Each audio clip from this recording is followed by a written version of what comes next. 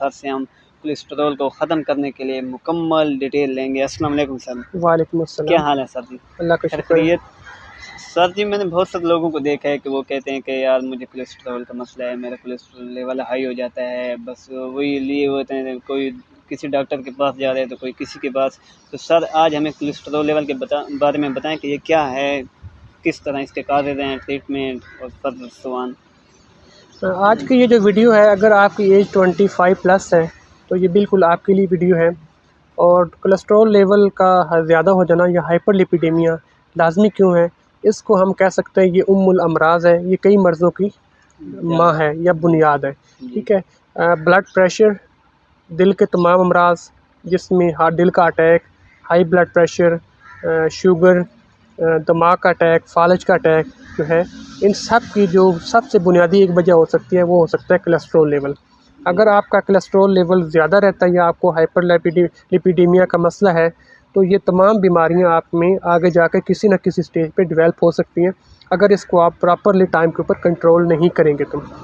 इसलिए आज ये जो है ये बहुत लाजमी वीडियो है कि आप जो है कोलेस्ट्रॉल लेवल को जानें, इसके बारे में अवेयरनेस पैदा करें और जो आपका अपना लाइफस्टाइल है उसमें चेंजेस लाकर हम मोस्टली इसको फोकस करेंगे लाइफस्टाइल चेंजेस के ऊपर और डाइट के ऊपर कि आपने डाइट में और लाइफस्टाइल चेंजेस में क्या चेंजेस ला के आप इसको कंट्रोल कर सकते हैं, ताकि आप जो बड़ी बड़ी बीमारियां उनसे आप बच सकें। यानी कोलेस्ट्रॉल जो है ये मेन बीमारियों की, जिस तरह कहते हैं ना माँ, इससे बहुत सारी बीमारियां पैदा होती हैं, जैसे कि आपको हार्ट अटैक आ जाना या दूसरे जो आपकी वेन वगैरह का बंदिश हो जाना, तो यही कोलेस्ट्रॉल की वजह से ही होता है।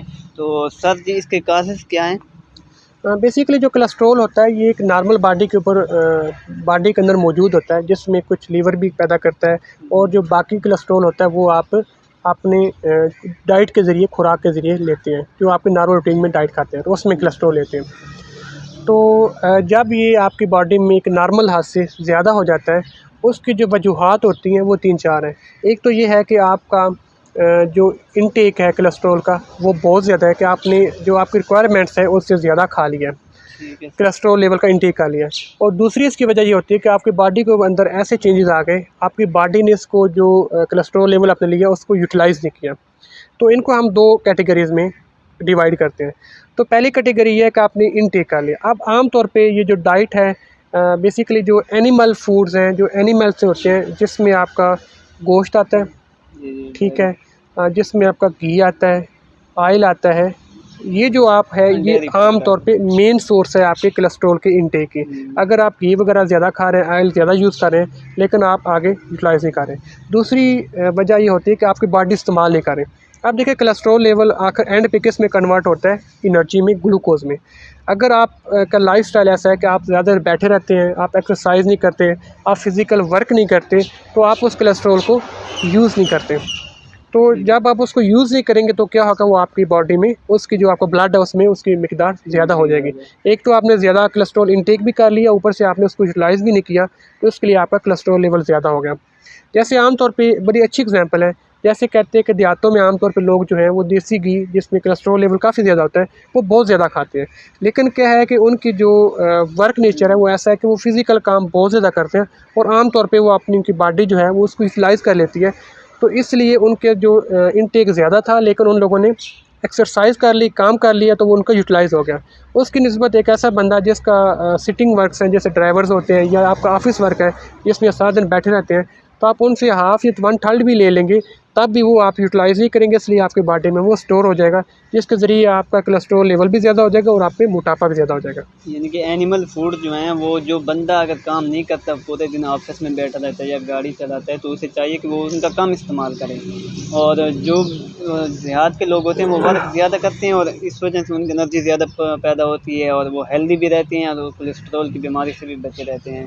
तो अभी सर इसका ट्रीटमेंट क्या है सर?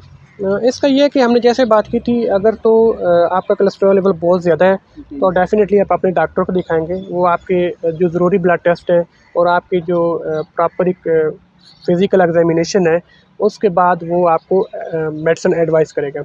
तो उसके अलावा जो एक इम्पोर्टेंट पार्ट इसकी मेडिसिन है, जो कि हर पर्सन में नीड नहीं होती। अगर आपका स्टार्टअप लेवल है तो आपको ज़रूरत नहीं है, आप इसको फ़िज़िकल एक्सरसाइज और डाइट के ज़रिए कंट्रोल कर सकते हैं, जो कि इसमें वो बड़े इंपॉर्टेंट कंपोनेंट्स हैं, हम उनको करेंगे। पहली तो बात ये है कि आपने जो इनटेक है वो बहुत कम करना है। जैसे हमने बताया कि इसका मेन सोर्स घी होता है, ऑयल होता है, आपने इसको बहुत कम यूज़ करना है। जैसे कि पीछे मैं एक रिसर्च में देख रहा था कि पाकिस्तान में और सब कॉन्टिनेंट में घी या ऑयल का जो यूज़ेज है वो बहुत ज़्यादा है। वो तकरीबन 5 to 7 लीटर पर ईयर हम यूज़ करते हैं, जबकि इंटरनेशनल जो लोग हैं वो हार्डली 1 से 2 लीटर यूज़ करते हैं। मतलब कि हम उनसे 3 से 4 गुना ज़्यादा इस्तेमाल करते हैं, क्योंकि हमारी जो फूड प्रिपरेशंस होती हैं उनका डिज़ाइन और स्टाइल ऐसा है कि उसमें बहुत ज़्यादा ऑयल यूज़ होता है। तो जिस वजह से हमारे तकरीबन हर दूसरा तीसरा बंदा जिसकी एज 25 या 35 प्लस है, उसमें कोलेस्ट्रॉल लेवल का मसला है और उसका कोलेस्ट्रॉल लेवल ज़्यादा होता है, जिस वजह से उसको प्रॉब्लम आगे डेवलप हो सकती हैं। तो इसमें आपने ये करना है कि आपने जो इनटेक है, जैसे अपने गोश्त है उसको मुनासिब मिकदार में लेना है। अगर आपने लेना है तो उसमें चर्बी का इस्तेमाल बिल्कुल ना हो। और दूसरा, आपकी दही होती है या दूध होता है, दूध अगर समझते हैं कि आपकी इतनी फ़िज़िकल एक्टिविटी नहीं है तो आप मलाई उतरी हुई जो होती है, मलाई उतार के उसका जो रिमेनिंग दूध है वो लें। इसी तरह दही भी बगैर मलाई के आपने खानी है, ताकि आपके इन कोलेस्ट्रॉल लेवल का इंटेक बहुत ज़्यादा ना हो। ये सिर्फ 3-4 डाइट्स हैं जो कि ज़्यादा कोलेस्ट्रॉल लेवल करती हैं। और ख़ुसूसी तौर पे आपकी जो फूड आइटम्स आते हैं जो कि तली हुई चीज़ें होती हैं, जैसे समोसा हो गया और जितनी भी तली हुई चीज़ें हैं, वो सारी कोलेस्ट्रॉल लेवल को ज़्यादा करनी है आपने।